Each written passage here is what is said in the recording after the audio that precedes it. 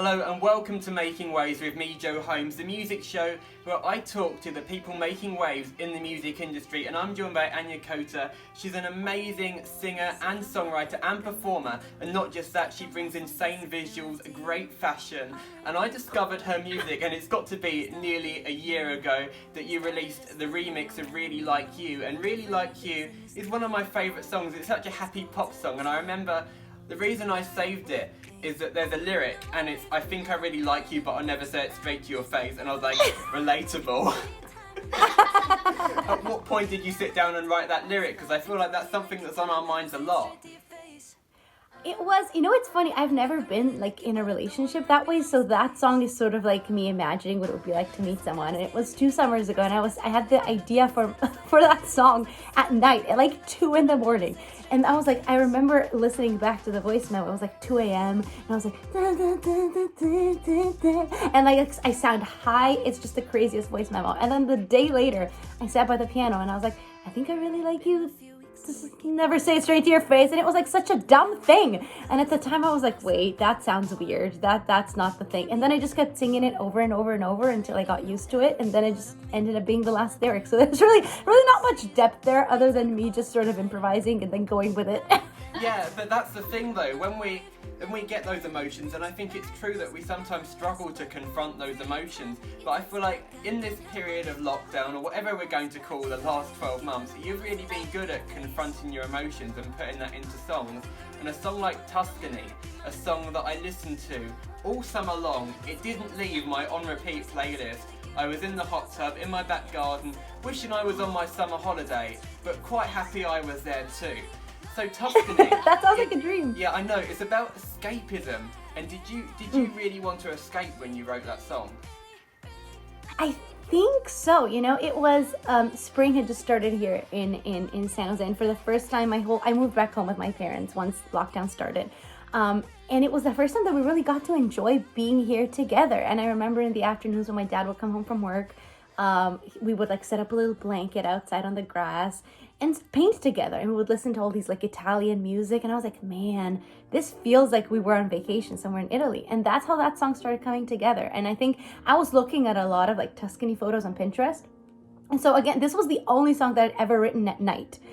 It was like 1 a.m. I was scrolling through Pinterest, looking through photos, and all of this like recommendations from photos in Tuscany and cute girls and sunflower dresses and Vespas. And on Pinterest, once you start with one, it just gives you more recommendations. And then like an hour later, you're down the rabbit hole. So that's what happened to me. And I was like, oh man, I need to write this song. I had like, my senses were so overwhelmed from what I was seeing. I was like, I know exactly what the song is going to be. And so I ran to my laptop and I literally typed into YouTube, lo-fi jazz style beat. And I clicked on the result that came up. It had like this cool, like funky little piano going. And I wrote like the first half of Tuscany, the verse, pre-chorus, and chorus that night, which is so strange because I never work at night. And I think in that moment, I had so much, I felt so much because of seeing these images that it just all came out at once. And then it turned into this lockdown song. I was like, okay, well, it's kind of weird to just write a Tuscany song when we're all locked down. Like, how can I make this related with COVID, but also making it about Tuscany? And so that's how that came together.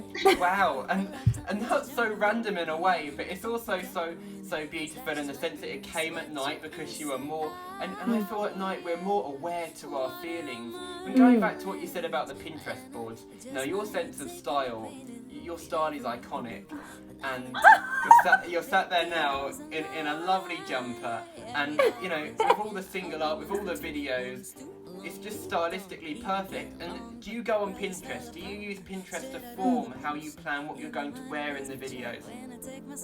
Totally. I style all my own videos. I basically come up with a whole idea and vision, and it's so important to me. I've always loved fashion so much, and I think it comes from growing up in Europe and seeing my mom be so expressive through it, really. I think it's such an extension of who you are. And it's become a huge love of mine to be able to translate the music into visuals, because I think, like I said, I love using Pinterest for songs, and I think it automatically, once I'm writing, I see images, because it's easier for me to write about something if I see the specific scene, because at that point, it's all just describing what you see. It's not, you don't have to come up with some nebulous concept. And so I started using a lot of fashion photography as inspiration, like Vogue, Marie Claire, Vanity Fair, all that kind of stuff, and seeing the concepts that they come up with and then sort of adapting that to make it my own. But I have a huge Pinterest board that's just called Capitals Ideas, all capital. And it's all just, and if you scroll through it, you can see like the timeline of each single, like Woo, it's all red, and then Tuscany, it's all yellow.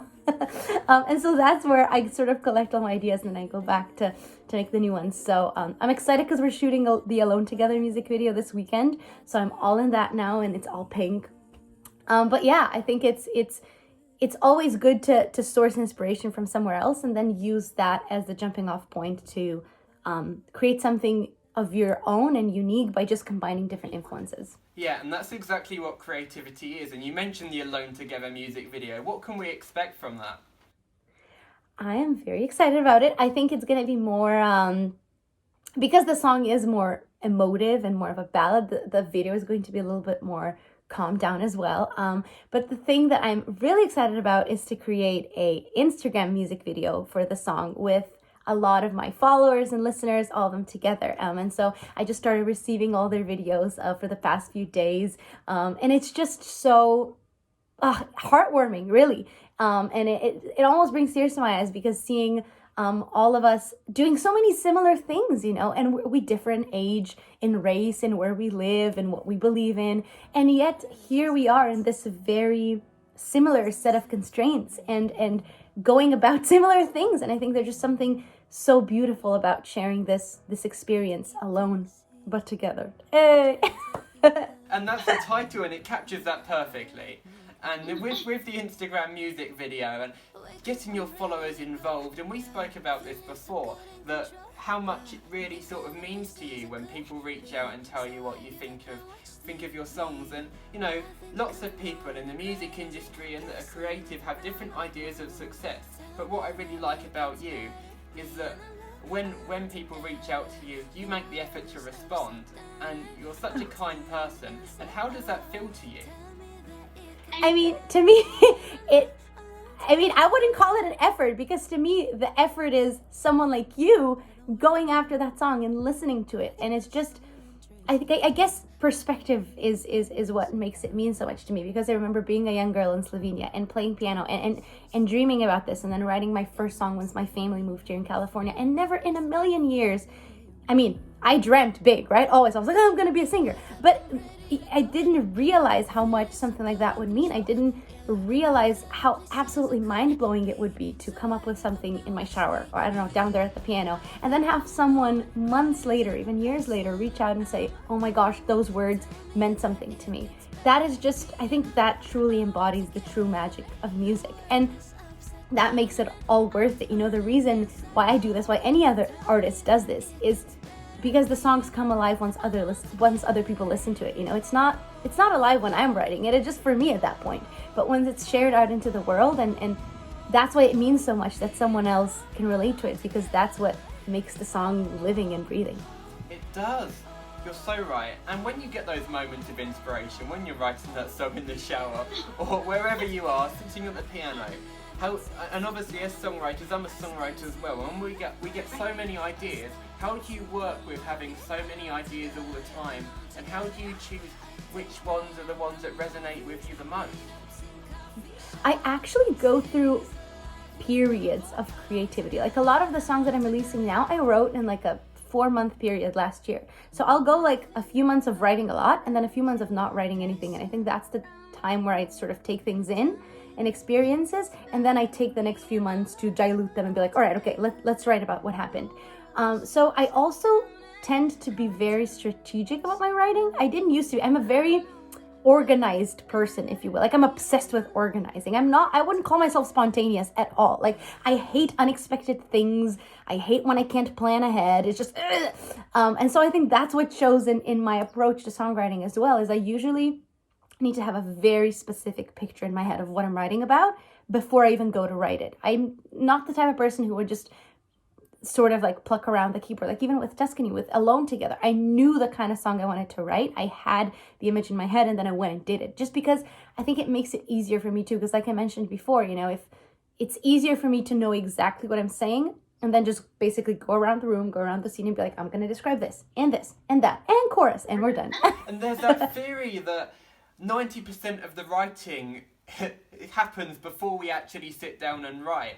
And from what you described is sort of a lot of that writing process is the thinking that goes on beforehand. Yes. But do you ever get, you know, if you get distracted, do you ever get angry if you get distracted? I try to be very self-disciplined, and I think a lot of that has come from me growing up as a classical pianist. And I think you have to have a lot of discipline, especially when you're younger, to be able to practice and really force yourself to do it. So I have some experience with it. So I have a certain set of, how would I say that, steps that I take before I start writing to make sure that I get rid of all distractions. And so I think the more I do it, the more you settle into a rhythm and you see what works for you and what doesn't. But yeah, usually I'll go into either on my piano or here, and I have like a little home studio set up. I'll like open the blinds, take off my slippers, like uncover the keyboard. I'm like, all right, now it's working time. Now it's not phone time, social media time, whatever. And it works. And there's a great book on this. Since you're a creative too, you might find it interesting, by Twyla Thorpe, called The Creative Habit. She was, I'm not sure if you've heard of her, but she was a fantastic dancer with Bob Fosse and choreographer. And she writes this book about how creativity is really a habit. And I think as artists, especially when you're younger, and me too, when I was younger, I was like, have to sit around and wait for inspiration to strike, you know? But that's not how it works. You have to stimulate your senses and sort of bring your brain to start doing such activities, you know, like creative activities. And it's all in, basically her theory is to make a set of steps, like I mentioned before, that will automatically engage your brain and teach it eventually that now you're in creative mode. And that has completely changed my view on writing. And it's, I think it's really opened up a whole new set of possibilities, you know, because now I really get to write productively and not just sit around and wait for something to come up. Yeah, and that's so true, and I really like it. What are some of those tips that you can share with us? What tips she gives that really work for you the most? So one of the things that is one of my favorites is that you create an environment for yourself by doing it over and over again, to where, like what I mentioned before, to where you start to teach your brain to start activating creative thinking. And so for me specifically would be like, I don't know, opening, like, it can be very simple stuff, you know, it can be like making yourself a cup of tea and walking into a certain room. And once you do that over and over again, it becomes part of the process. And so for me, like I said, it's walking into that home studio and opening the blinds. And as soon as that starts happening, I do it every single time I write. And by now, you know, I don't know, a year or two later, my brain is like, all right, okay, I see this, I feel you, let's go.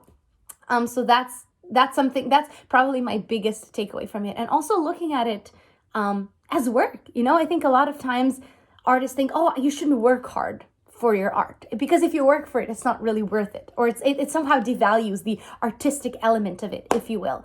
But really, creativity is work, man. You know, sometimes you really gotta push yourself to bring yourself into these moments. And I think that was the part that resonated with me also, I think, because I am such a strategic person. So I was like, work? I can plan this? I can plan being creative? Love it. And I like that balance where that you take the work part and put it into creative. And I feel like that's what's led to, you know, your success and you being able to reach people, because you've really worked hard at it. You thought through everything you're doing. And a song like Alone Together, did you ever think you would actually release that song when you sat down and wrote the demo? I totally didn't. That was the first COVID-related song that I'd written, and it was like late March, early April of last year, because California, the Bay Area where I live now, had just gone under lockdown like first week of March, and that was like the very first song, the emotion, the frustration that I'd written about, and it just, I assumed that by the time it would be out, by the time I would get it produced and all that stuff, that it wouldn't be relevant anymore. You know, 1 year later. And I had so many versions of that song. That's probably one of the songs alongside Woo that I've rewritten the most. Like Tuscany, I kept everything from the first demo. Everything that sounds the way it does today is the way it sounded on that night that I wrote it. Alone Together went through like 3 or 4 different versions, like completely different lyrics, completely different melodies. The Alone Together title stuck, and I always had that in the chorus, but other than that, everything changed. And it really was hard for me to figure out. I had a version of it very early on that was very like 80s inspired. It was like an 80s bop. It was more similar to the older stuff that I'd been doing. And then I think Tuscany and its sort of unexpected success, if you will, really opened up the floodgates to me thinking, all right, okay, maybe this is the kind of songwriting that works better under current conditions. You know, maybe people are not as interested in like super boppy, exciting stuff with everything else going on in the world. Maybe I need to tone it down a little bit. And so that's how the whole concept and sonic landscape of this new music came about. I was like, all right, let's make it more acoustic focused, make it more guitar based. And Tuscany really was the song that started it all. And then like Simple and then Alone Together, everything was then based on that formula. And I think Tuscany working out the way it did also kind of saved Alone Together, I think, because I would have never thought of making it in this way or like in a ballad style had it not been for Tuscany. And really, I have to give credit, all the credit for Alone Together, to my fantastic friend, guitarist producer Dimitri Morris. He really brought it together. I mean, I don't want to take any credit for that production because I had the song, I texted him one night, I was like, yo, I think the EP needs a ballad. Can we make a ballad out of this? And literally, I'm not kidding, 2-3 days later, he comes back with the finished instrumental the way it is now. His brother tracked the drums at his place. And it's just, it all came together in such a magical way. Like I usually like to be super involved with the production, but here I was like, there's nothing for me to add. I mean, it's perfect the way it is. And I think maybe that's why it resonates with people too, is because to us, it felt so natural and so effortless, if you will, once we came to that step, once we were like, all right, okay, this is a ballad, let's make it a ballad, and then everything just sort of fell into place. Sorry, that was a long answer to your question. It's okay, and it is a ballad, but it also has these soaring choruses that take us to a different place, and that's what I feel. And do you know what it reminds me of? It reminds me of when we're in lockdown, when we're stuck in at home, that we can go from one emotion to another really quickly. And is that something you thought about when creating the song? Amen. I think subconsciously more than consciously, but I remember being very sort of skeptical about putting out these lyrics because I was like, oh man, is this too personal? Like I usually like to write personal stuff, but I keep everything sort of more light-spirited, if you will, and joyful with Simple and everything. And then this one was really like, oh man, this is like this. Some of the stuff gets pretty real. But then I felt like this is the time to be real, you know? I mean, not to sound cliche, but I feel like this is the time that all of us can really relate to each other on these very basic human emotions. And that's, maybe it speaks to us more than it normally would, because at least on some level, we've experienced it ourselves. And I'm glad you mentioned, I think that's such a great description of it, what we said with like the ups and downs of quarantine. And that hopeful ending, you know, that big chorus and all that. And I really wanted to bring in an element of hope. You know, I tried to be a positive person just because my parents are extremely positive, and I've noticed that with them once we moved here, and it was just us by ourselves and trying to make it through. And my dad especially always had such a optimistic outlook on everything. And I think if you approach life with some joy and happiness, you can really find those moments of joy in the tiniest pockets of places and days when you feel like there aren't any. That's why I like to translate that through my music. And that's something that I think growing as an artist, I've noticed really about myself, that the kind of music that I want to make and the demos that I end up actually releasing are the ones that have that element of joy in them. And that's why I like that last chorus, because it's kind of like, it's going to be okay. We got this. Yeah, and there is so much catharsis in your song, especially songs like Woo, that I remember, you know, I went out at, say like, it was late at night, I just wanted to get out, I wanted to have a walk, and Woo was on, and it reminds me of the Woo video when you're like dancing down the street. I love that. How was that to Dude, feel? you listening to that while walking at night is the most perfect listening scenario I could ever dream of. I mean, seriously, that's just amazing. Yeah, I remember I wrote that song. That was the only pre-COVID song that I had released since Tuscany. And I wrote it in Seattle. I was there 2 years ago now for my birthday. They were going through like this big heat wave. And it was like 80, 90 degrees Fahrenheit. So it would be like 30, 35 Celsius. at night, in the evening. And it was late May, and I remember like walking down the street. And Seattle always made me feel like more of like an independent person. I was like alone in the city. I mean, my brother was there, but all of that was like, oh man, look at me being an adult woman and walking down the streets at night, and it's hot and it's cool and it's fun. And I was like, all right, let's write a song about this. And then it oddly corresponded with everything that happened last year, because the whole song is about, using the city streets as your club. Whenever I write a song, I try, emphasis on try, to make sort of like a unique spin on it. If I'm writing a dance song, I don't want it to just be like a booty shaking disco club song, but I want there to be an element of uniqueness to it. And in the case of Who, it was, let's turn the city streets into the club, the traffic lights, the sidewalks, and all of that sort of being transformed into magic by just putting on your headphones and listening to your favorite song. And then it turned out that it was semi-COVID appropriate, because all of a sudden we couldn't go to the club, or we couldn't, so the only place you could really dance it away was on the streets. And 100%, and I love that you really try and make your lyrics have more depth, especially with dance songs. I feel like that's so important. But as songwriters, I feel like it's almost our duty. And you mentioned with Alone Together that you were hesitant when how deep the lyrics were getting. But I feel like when you go more personal, when you go deeper, when you dive under the surface and you get to those real things that you've actually experienced, then people connect with it more. And I feel like that's how I've come to connect with your music more. As your lyrics have got deeper, you've dived into how you feel and to what you're doing. And the song opened with lyrics talking about The Sims. And how specific is that? But it's specific, but it's oddly relatable. I know. I feel like that's something that I learned as a songwriter, which is sort of the opposite of what you would expect, is that the more specific that you get, the more relatable it is to people. I always thought that when I was younger, I was like, okay, I gotta keep things broad and, sort of like undefined to net in as many people as possible. But that's the opposite. Once you go more personal, people feel a deeper connection with you. So you're right on the money with that. I totally agree with you. Yeah. Definitely. And I can't wait. Am I right in saying you've got an EP coming out that includes these songs you've been releasing? You are very much right, Mr. Joe Holmes. I've got 3 more songs coming up. So I decided to release all of them as singles, and the last one will be along with the full EP.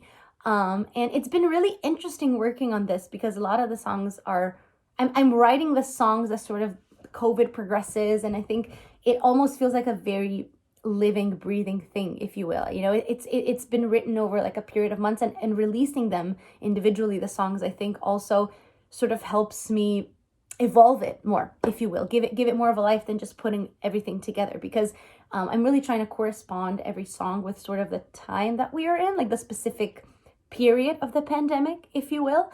And so that's kind of how I'm figuring it all out. I wrote another one that will potentially be added to the EP a couple weeks ago. So I'm excited about that. So right now I'm looking at putting the EP out probably June or July. So in the summer, that's when the last song comes out in the whole EP. And I'm excited about it. I think, we all do, I think now in quarantine, it's a product of being inside all the time. But we have our times of doubt, and there are often times that I'm like, oh man, am I doing the right thing by writing about this? Like, does anyone even care? But I know that for myself, I would be so upset if I hadn't written about this, because I was like, here is a once in a lifetime situation that we're living through.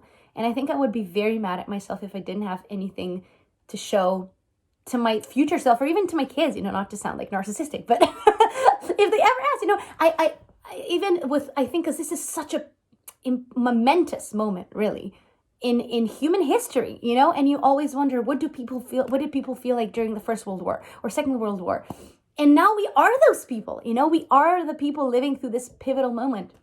And I wanted, even just for myself, something to document how that felt being a 23-year-old and going through that. And just in that sense, no matter whether if it does well or not, to me, I'm just glad that I sort of motivated myself and brought myself to doing it. And I think a lot of it also happened because of people like you, people on Instagram, when I would share clips of it and you guys would respond. No, seriously. I mean, even Tuscany, I would have never released Tuscany had it not been for all the people that messaged me about it on Instagram. And it really feels like a collective body of work. It feels like you guys are curating what songs speak to you most, and the songs that end up being released. And so I think there's something special about that, especially because it is done in a time when we're at the same time the least and also the most connected that we've ever been. And in a way, it's like performance art. The art is being created as you go along. And this project, and I think that's what makes it so special. It's a collaborative effort between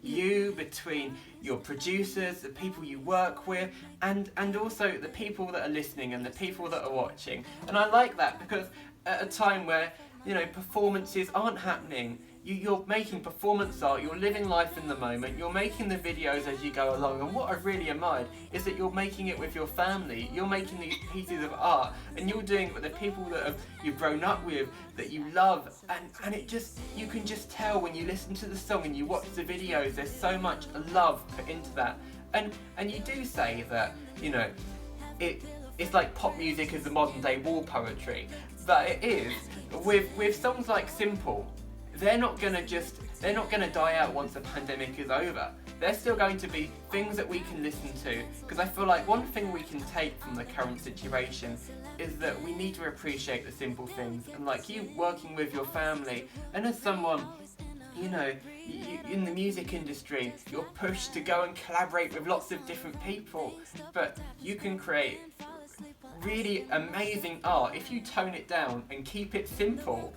It's just so true. Amen. Oh, I mean, I cannot tell you how much it means to hear you say that, because it's been sort of remarkable how everything has worked out. And I need to point out that I would have never been able to do all this in quarantine had I not been taught by some incredible people beforehand. You know, I worked with my best friend, videographer, creative director, Jan Ugrin. He's from Slovenia. And we have worked on making content, like videos together since 2017. So 3-4 years of me just watching him and observing and learning, and so many other people. And I think it was this ability and really fortune that I had to be able to work on bigger sets and see how everything operated, that then gave me the knowledge and understanding to be able to, you know, do that at home with my family. And so I just feel incredibly lucky to have been able to experience both sides of it. And of course, so incredibly grateful for having the kind of family that I do, you know, so supportive and loving. And when I say this, you know, none of these videos would have happened without them. I may have the idea, but, you know, I couldn't realize it. Absolutely no way in hell. And so it's my dad that puts together all of these props. And even now for Alone Together, we already have stuff set up downstairs in the living room, stuff that he built himself. And it's mind blowing to see. And I think at this point, it's sort of become a challenge for us to make every video better than the other. Because we learn every time too. I remember when we did Tuscany was the first one. It was just me and my mom and my dad. And we were like, oh my God, how do we do this? Are we holding the light bouncer correctly and all that? And we would like live send the videos to Yanni, my friend, and he'd be like, okay, fix this, fix that. And now we're like, okay, how can we take this up one notch? So it's like, I was joking with my mom about this. I was like, this house is turned into like a production studio. We do music in here, we make videos, photos, it's everything here.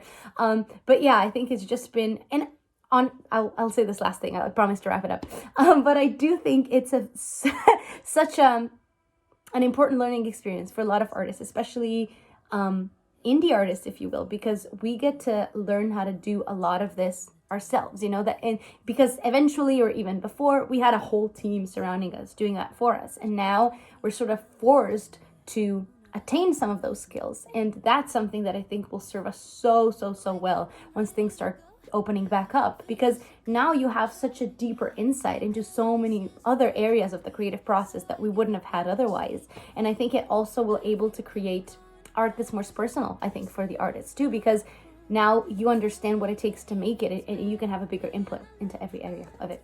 Yeah, and I love that you're such a generous creative, in the sense that you've been documenting all of the processes, you've been making the behind the scenes videos on your YouTube, which I love, by the way. And as someone who was watching, was spectating, was listening to your music, I feel like that's how you connected on a deeper level. And after seeing your behind the scenes videos, I was like, I want to interview you, because you're such a good, kind-hearted, but also fiercely creative person, and I'm so excited for your project. and I hope you are too, and I'm really excited for everyone to hear it. Alone Together is out, and I'm really happy that you're doing a video, and I feel like it can only go up from here. Thank you so much for joining me. What can you tell us about the project to get us a bit more excited? Not that we're not 100% excited already. To me, it is a diary, a pandemic diary of a 20-something living through this pivotal moment in our times. And I tried to write it as someone, I like to call it Black Mirror, but on a farm. So you have those sort of life-changing tech moments while also keeping it very simple, as you said, and organic with a lot of acoustic production. So it really does feel like sort of a soundtrack or a musical theater version of the past year in my life. So hopefully people can find some tidbit in there that speaks to their experience as well. Thank you so much for joining me on my show.